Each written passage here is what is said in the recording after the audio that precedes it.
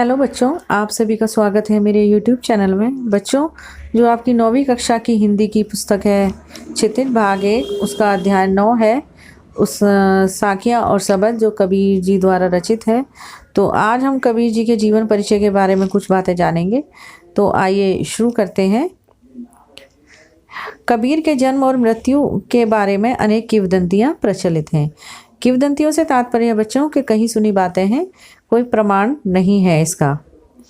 कहा जाता है कि सन 1398 में काशी में उनका जन्म हुआ और सन 1518 के आसपास मगहर में देहांत। मगहर एक स्थान का नाम है जहां उनका देहांत हुआ था, और काशी वाराणसी में उनका जन्म हुआ था। कहा जाता है कि नीरू और नीमा नामक जुलाहे थे जो कि मुस्लिम जाति से थे। उन्होंने कबीर जी को लहर तारा जो तालाब है, लहर तारा तालाब, उसके किनारे से उठाया था और उनका पालन पोषण किया था। क्योंकि लहर तारा तालाब के किनारे एक विधवा ब्राह्मणी थी जो कि कबीर जी को वहाँ पर छोड़ गई थी, और वहाँ से नीरू और नीमा ने उनको उठाया था कबीर जी को और उनका पालन पोषण किया था।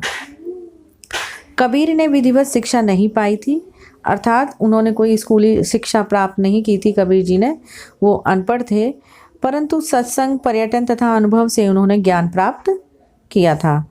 भक्तिकालीन निर्गुण संत परंपरा के प्रमुख कवि कबीर की रचनाएं मुख्यतः कबीर ग्रंथावली में संग्रहित है, किंतु कबीर पंथ में उनकी रचनाओं का संग्रह बीजक ही प्रमाणिक माना जाता है। कुछ रचनाएं गुरु ग्रंथ साहब में भी उनकी मिलती हैं।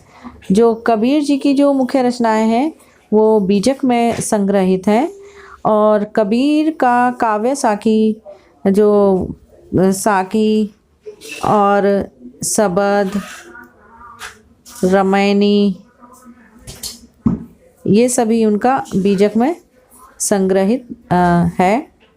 जो उनका मुख्य ग्रंथ है वो बीजक ही माना जाता है, और उनकी कुछ जो रचनाएं हैं वो गुरु ग्रंथ साहिब में भी संकलित है, जो कि सिखों का जो धार्मिक पुस्तक मानी जाती है गुरु ग्रंथ साहिब, उसमें भी वो संकलित हैं। कबीर ने दोहा और चौपाई,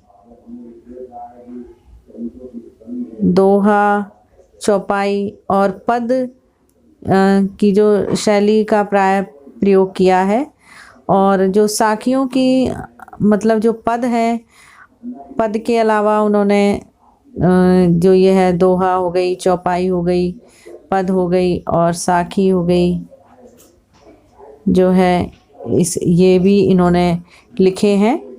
इनका भी प्रयोग किया है उन्होंने इसमें अपनी भाषा में। और जो साखियाँ जो लिखी हैं उन्होंने, उसकी जो भाषा है, कहा जाता है क्या, वो तो दिखाई देता है जब हम पढ़ते हैं, तो राजस्थानी भाषा और प्लस पंजाबी भाषा उसमें मिश्रित मानी जाती है। साखियाँ जो उन्होंने लिखी हैं उसमें आप देखेंगे राजस्थानी और पंजाबी भाषा का मिश्रित रूप से उसका प्रयोग किया गया है। जो मिश्रित हिंदी कह सकते हैं आप उसको, जो राजस्थानी भी भाषा है, पंजाबी भी है और मिश्रित हिंदी भी है उसमें। रमैनी और सबद की भाषा पूर्वी हिंदी के निकट मानी जाती है। जो रमैनी लिखी है उन्होंने, या जो उन्होंने सबद लिखे हैं, उसकी भाषा जो है वो पूर्वी हिंदी मानी जाती है। पूर्वी हिंदी में लिखा है उन्होंने ये रमैनी और जो शब्द है। अब यहाँ पर जो रामचंद्र शुक्ल जी हैं वो कहते हैं कि उनकी भाषा जो है वो सदूकड़ी है। सदूकड़ी यानी खिचड़ी भाषा कह सकते हैं उसको, मिली जुली भाषा। किसने कहा? रामचंद्र शुक्ल जी ने कहा है कि क्योंकि उन्होंने पंजाबी भाषा का भी प्रयोग किया है, राजस्थानी का भी, पूर्वी का भी, उनकी और हिंदी का भी मिली जुली भाषा है, तो उसको खिचड़ी भाषा भी कहा जाता है, जिसका उन्होंने प्रयोग किया है अपनी साखी सबद रमैनी में कबीर जी ने। और उसी से ही उनके व्यक्तित्व का भी पता चलता है कि कैसा उनका व्यक्तित्व था। फक्कड़पन, मस्त मौला मतलब थे वो, और बिल्कुल निर्भीकता से लिखते थे अपनी जो साखियाँ शबद और दोहे थे ये सब। तो जो कबीर अत्यंत उदार, निर्भय तथा सद्ग्रस्त संत थे। राम और रहीम की एकता में विश्वास रखने वाले कबीर ने ईश्वर के नाम पर चलने वाले हर तरह के पाखंड, भेदभाव और कर्मकांड का खंडन किया। उन्होंने अपने काव्य में धार्मिक और सामाजिक भेदभाव से मुक्त मनुष्य की कल्पना की।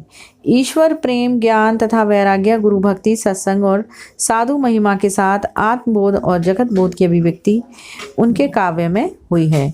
कबीर की भाषा की सहजता ही उनकी काव्यात्मकता की शक्ति है। जो कबीर जी हैं उन्होंने बहुत ही सरल भाषा का, जैसे कि खिचड़ी भाषा का उन्होंने प्रयोग किया, जो आम लोगों की भाषा होती है उसका उन्होंने प्रयोग किया है अपने पदों में, अपनी शैली में, जिससे कि आम जनता जो है उनकी जो विचार हैं उनको समझ सके और जो वो कहना चाहते हैं जिन बातों को उनको वो आसानी से समझ सकें। उन्होंने अपने खंडन किया था, अर्थात विरोध किया था कर्म जो कांड है, पाखंड है, भेदभाव, इनका जो ईश्वर भक्ति के नाम पर करे जाते हैं उनका, और मनुष्य की कल्पना की ये भी हमने कर लिया है। आत्मबोध जगत उनके काव्य में हुई है। कबीर की भाषा की सहजता उनकी काव्य शैली है। जन भाषा के निकट होने के कारण उनकी काव्य भाषा में दार्शनिक चिंतन को सरल ढंग से व्यक्त करने की ताकत है। अर्थात उन्होंने अपनी जो बातें हैं उनको बहुत ही सरल तरीके से जो जनमानस है उनमें पहुंचाया है। अब ये आपके पाठ का परिचय है। यहाँ संकलित साखियों में प्रेम का महत्व, संत के लक्षण, ज्ञान की महिमा, बाह्य आडंबरों का विरोध आदि भावों का उल्लेख हुआ है। पहले शबद पद में ब्राह्मण बाह्य आडंबरों का विरोध एवं भीतर ही ईश्वर की व्याप्ति का संकेत है, और दूसरे शब्द में ज्ञान की आंधी के रूपक के सहारे ज्ञान के महत्व का वर्णन है। कबीर कहते हैं कि ज्ञान की सहायता से मनुष्य अपनी दुर्बलताओं से मुक्त होता है। अर्थात कबीर जी जो हैं वो ये कहना चाहते हैं कि यदि आपको ज्ञान की प्राप्ति है, यदि आपको ज्ञान प्राप्त है, तो आप अपनी कमजोरियों से मुक्त हो सकते हैं, आप अपनी कमजोरियों को खत्म कर सकते हैं। तो बच्चों ये था कबीर जी का जीवन परिचय और आपके पाठ का परिचय। इससे अगली वीडियो में हम पढ़ेंगे कबीर जी द्वारा रचित साखियाँ और शबद की व्याख्या।